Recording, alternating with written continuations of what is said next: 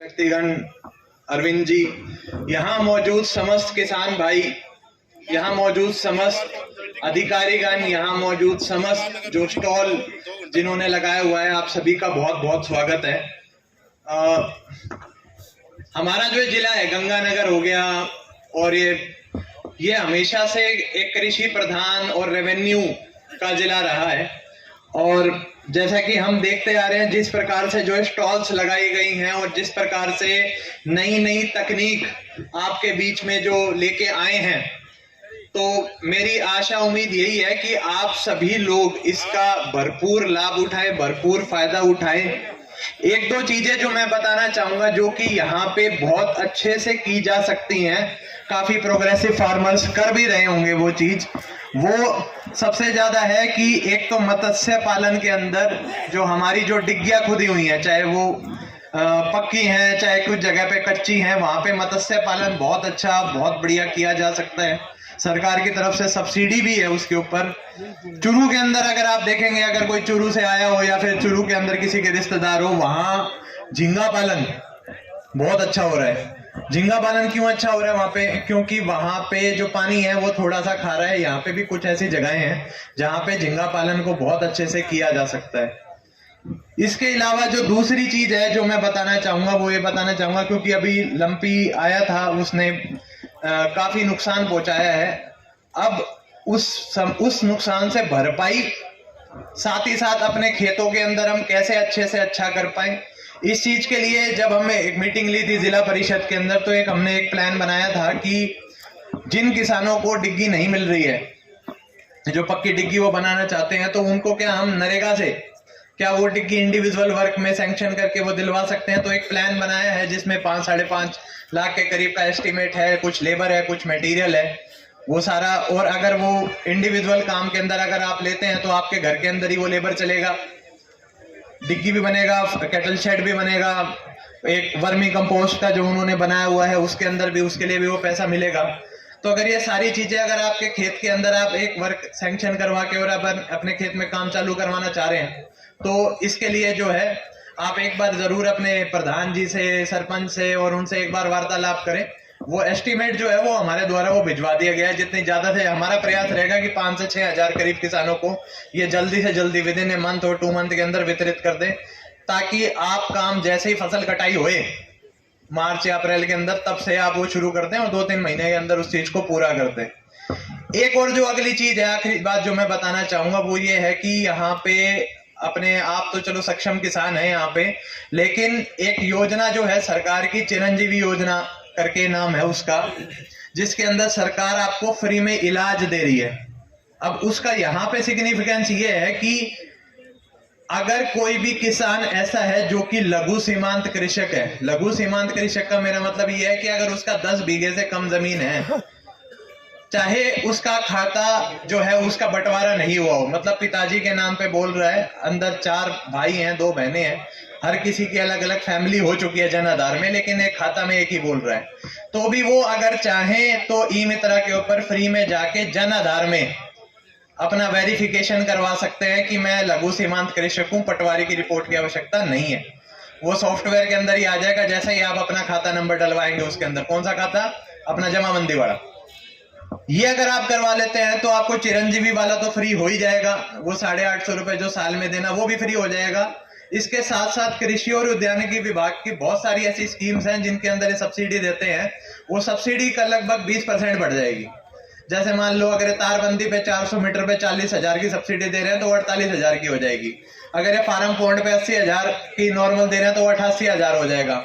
Plastic वाला है अगर वो 99,000 देना है तो 1,10,000 के करीब हो जाएगी। तो ऐसे कर करके ड्रिप है, स्प्रिंकलर है, हर चीज के ऊपर सब्सिडी की मात्रा बढ़ जाएगी अगर हम अपने जन आधार के ऊपर केवल क्या करवा लेंगे, अपने आप को लघु सीमांत कृषक का वो करवा लेंगे। एक और जो चीज है इसके अंदर वो ये भी है कि अभी काफी सारे ऐसे किसान हैं जिनका पीएम किसान के अंदर अभी भी ई-केवाईसी पेंडिंग है अपने जिले के अंदर। लगभग ऐसे मतलब अभी तक शायद 70% किसानों ने ही करवाया है, बाकी किसान 30% किसानों का नहीं हो पाया है, जबकि उनके लैंड रिकॉर्ड भी वेरीफाई हो गए हैं। तो ये जो सूचना है ये हम अपने एग्रीकल्चर सुपरवाइजर और उन सब तक पहुंचा देंगे, ताकि वो ई मित्रा के माध्यम से और बाकी माध्यम से आपको इन्फॉर्म कर सकें। तो आपका भी अगर कोई ऐसा है जिसने पीएम किसान के अंदर अगली किस्त नहीं आई है, क्योंकि वो जो अगली किस्त आनी थी वो रुक गई होगी, अभी नहीं आई होगी, तो जिनकी नहीं आई है वो ऐसा नहीं है कि वो अब आएगी ही नहीं, आप जब भी ई केवाईसी करवा लेंगे आने वाले 2-3 महीने में वो किस्त आ सकती है। किंतु उसके लिए ई केवाईसी करवाना जरूरी है, अपने लैंड रिकॉर्ड वेरीफाई करवाना जरूरी है, केवल इतनी सी बात है। तो ये थोड़ी बहुत ही जो ये चीजें थी, अगर हम इसकी तरफ काम करेंगे, अगर जैसे मान लीजिए मैं डिग्गी वाला मैंने ये क्यों बोला, क्योंकि अभी हमारे पास 1500 डिग्गी का टारगेट था इस महीने, इस साल का। हमारे पास लगभग 2700-2800 एप्लीकेशन आई थी, जो जिसके अंदर से 1200-1300 किसान ऐसे थे जो रह गए।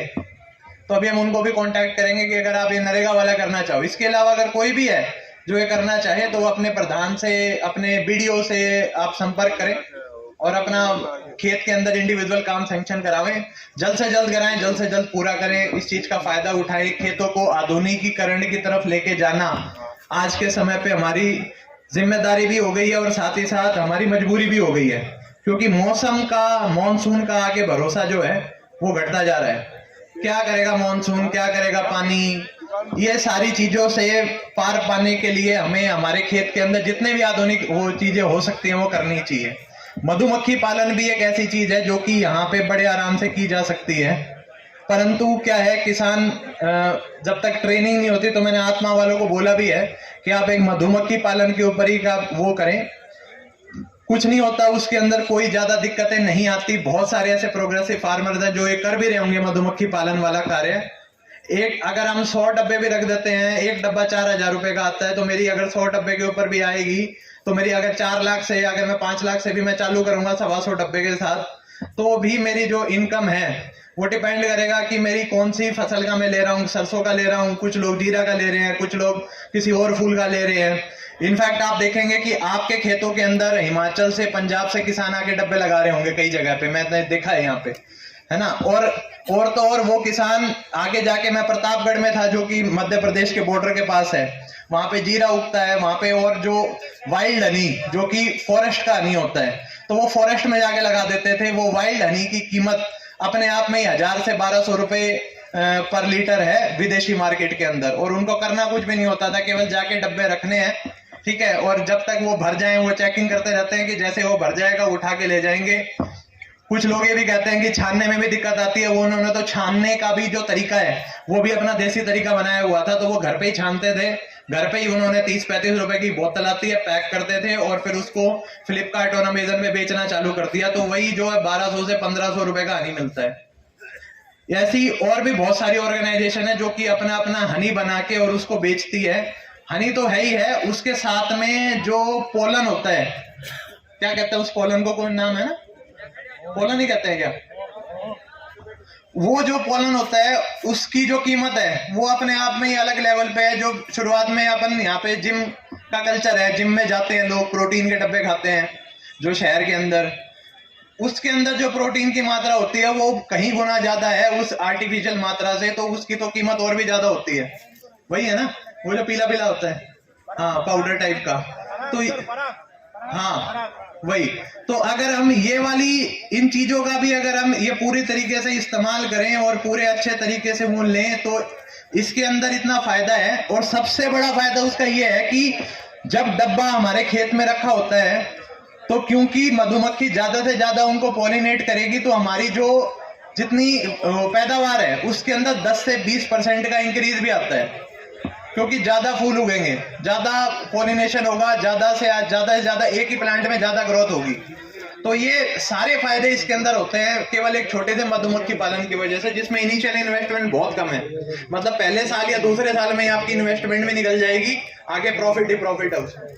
तो ये जो मधुमक्खी पालन हो गया, या मत्स्य वाला हो गया, या डिग्गी हो गया, डिग्गी के ऊपर सोलर हो गया, उसके बाद फिर अपना ये तारबंदी हो गई, सारी चीजें अगर हम एक बार में कर लेंगे तो हमें इंश्योर हो जाएंगे कि हाँ, हम फार्म के अंदर बढ़िया काम कर पा रहे हैं। वर्मी कंपोस्ट का वो लगाएं, न्यूट्री गार्डन लगाएं, घर पे भी बढ़िया सब्जी खाएं, यही मेरी आशा उम्मीद है। और अपन जिले के जो किसान हैं वो इतने ज्यादा यहाँ पे जागृत भी हैं, इतने ज्यादा यहाँ पे वो नई टेक्नोलॉजी को इस्तेमाल करने के लिए आतुर भी हैं, तो यही उम्मीद है कि ज्यादा से ज्यादा इसका रिस्पॉन्स और इन सब में हमें मिलेगा।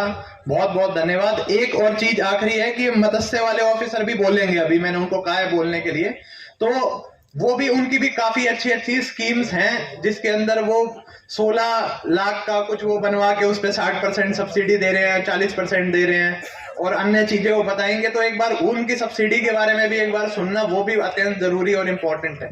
बहुत बहुत धन्यवाद।